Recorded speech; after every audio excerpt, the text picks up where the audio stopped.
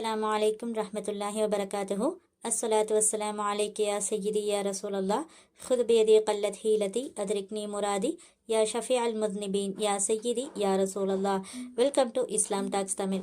எல்லோரும் எப்படி இருக்கிறீங்க? அல்ஹம்துலில்லாஹ், நல்லா இருக்கிறீங்களா? அல்லாஹ் சுப்ஹானஹு வ தஆலா உங்களுக்கு ஆஃபியத் நிறைந்த வாழ்க்கையை தருவானாக, ஆமீன். நம்ம தினமுமே பார்த்தீங்க அப்படின்னா இந்த சிறப்பான நாட்களில் செய்யக்கூடிய சிறப்பான அமல்களை பற்றி தான் நம்ம பார்த்துட்ருக்குறோம். அந்த வகையில் இன்றைக்கி வீடியோவில் பார்க்க இருக்கிறது ஒரு சிறப்பான திக்ரு தான். இந்த நாட்களில் பார்த்திங்கன்னா நம்ம அதிகமாக அல்லாஹை பெருமைப்படுத்தணும். ஏன்னா இது எல்லாமே அல்லாஹிற்கு மிக பிடித்தமான நாட்கள். அதனால் நம்மளால் எவ்வளோ முடியுமோ அந்த அளவுக்கு நம்ம அவனை பெருமைப்படுத்தணும், இன்னும் புகழ்ந்துக்கிட்டே இருக்கணும். இப்போ இந்த வீடியோவில் ஒரு 2 திக்ருகளை பற்றி தான் பார்க்க போகிறோம். சின்ன திக்ரு தான், ஆனால் இதனால் நமக்கு கிடைக்க போகிற பலன் பார்த்திங்க அப்படின்னா ரொம்பவே ஏறலாம். இது அல்லாஹ்வினுடைய இஸ்முகள் தான். இந்த திக்ருகளை நம்ம ஓதுறது மூலமாக இந்த சிறப்புக்குரிய நாட்களில் அல்லாஹை பெருமைப்படுத்தின நன்மையும் கிடைக்கும்.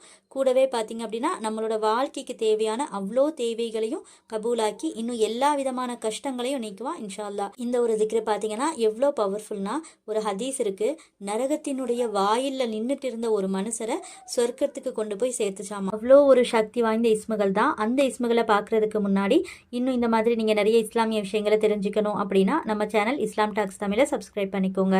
இந்த வீடியோ உங்களுக்கு பயனுள்ளதாக இருந்தால் கண்டிப்பாக அல்ஹம்துலில்லாஹ்னு கமெண்ட்டில் சொல்லுங்கள். இந்த திக்ருகளை நீங்கள் எப்போ ஓதணும் அப்படின்னா எல்லா நிலையிலையும் நீங்கள் ஓதிக்கிட்டே இருங்க. இத்தனை முறை தான் குறிப்பிட்டு ஓதணும் அப்படின்லாம் இல்லை. உங்களால் எவ்வளோ முடியுமோ அவ்வளோ ஓதிக்கோங்க. முடிஞ்ச வரை குறைந்தது ஒரு 1000ஆவது நீங்கள் ஓத ட்ரை பண்ணுங்கள். ஒரே நேரத்தில் ஓத முடியலை அப்படின்னாலும் பிரிச்சாச்சும் நீங்கள் ஓதிக்கோங்க. இந்த 2 இஸ்முகள் உங்கள் வாழ்க்கையில் எல்லா அதிசயங்களையும் அற்புதங்களையும் நடத்தி காட்டும். அவ்வளோ ஒரு பவர்ஃபுல்லானது. இந்த சம்பவத்தை கேட்டால் உங்களுக்கே புரியும். இது ஒரு ஹதீஸ் தான். இதை ஜாபிர் ரலியல்லாஹு தஆலா அன்ஹு அவங்க அறிவிக்கிறாங்க. ஒரு முறை ஜிப்ரீல் அலைஹிஸ்ஸலாம் அவங்க பார்த்தீங்கன்னா நபி ஸல்லல்லாஹு அலைஹி வஸல்லம் அவங்க கிட்ட சொல்கிறாங்க, யா ரசூலல்லாஹ், அல்லாஹ் சுப்ஹானஹு வ தஆலா என்கிட்ட ஒரு விஷயம் சொன்னான். என்ன அப்படின்னா, மக்கள் 2 அணியாக நிற்கிறாங்க. ஒரு லைன் பார்த்தீங்க அப்படின்னா சொர்க்கத்துக்கு போகிறாங்க, இன்னொரு லைனில் பார்த்தீங்க அப்படின்னா நரகத்துக்கு போகிற லைனில் நிற்கிறாங்க மக்கள்லாம். இப்படி 2 லைனாக நின்றுட்டு இருக்காங்க.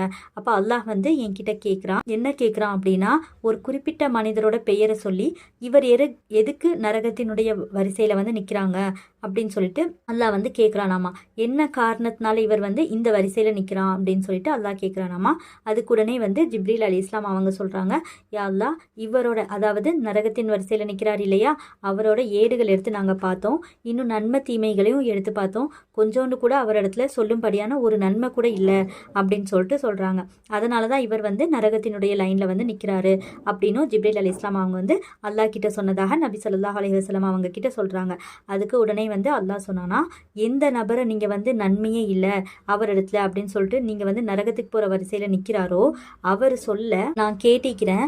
அவர் என்ன சொன்னாருன்னா, யா ஹன்னான் யா மன்னான், இந்த வார்த்தைகளை அவர் சொல்ல நான் கேட்டிக்கிறேன்.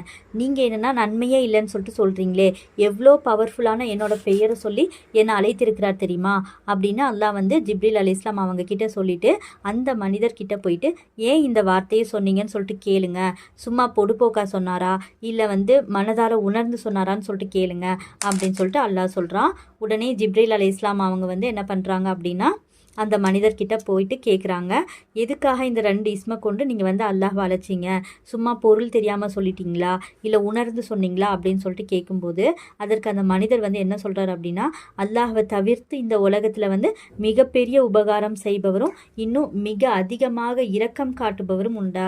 இல்லையே, அதனால தான் நான் இந்த திக்ரை ஓதுனேன் அப்படின்னு சொல்லிட்டு அந்த மனிதரும் சொல்ல, உடனே ஜிப்ரீல் அலைஹிஸ்ஸலாம் அவங்களும் இதை கேட்டுட்டு வேகமாக அல்லாஹ் கிட்ட அந்த மனிதர் சொன்னதாக சொல்கிறாங்க.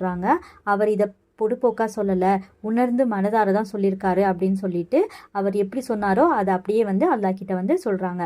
இதை கேட்டதுமே பார்த்தீங்க அப்படின்னா அல்லாஹ் சுப்ஹானஹு வ தஆலா அவ்வளோ மகிழ்ச்சி அடைந்து பிறகு ஜிப்ரீல் அலைஹிஸ்ஸலாம் அவங்க கிட்ட சொல்கிறாராம், அவர் அந்த நரகத்தில் லைனில் நிற்கிறார் இல்லையா, அந்த லைனில் இருந்து அப்படியே அவரை தூக்கி சொர்க்கத்துக்கு போகிற லைனில் நிப்பாட்டுங்க, சொர்க்கவாசிகளோட நிப்பாட்டுங்க அப்படின்னு சொல்லிட்டு அல்லாஹ் சொன்னதா ஜிப்ரீல் அலைஹிஸ்ஸலாம் அவங்க நபி ஸல்லல்லாஹு அலைஹி வஸல்லம் அவங்க கிட்ட சொல்கிறாங்க.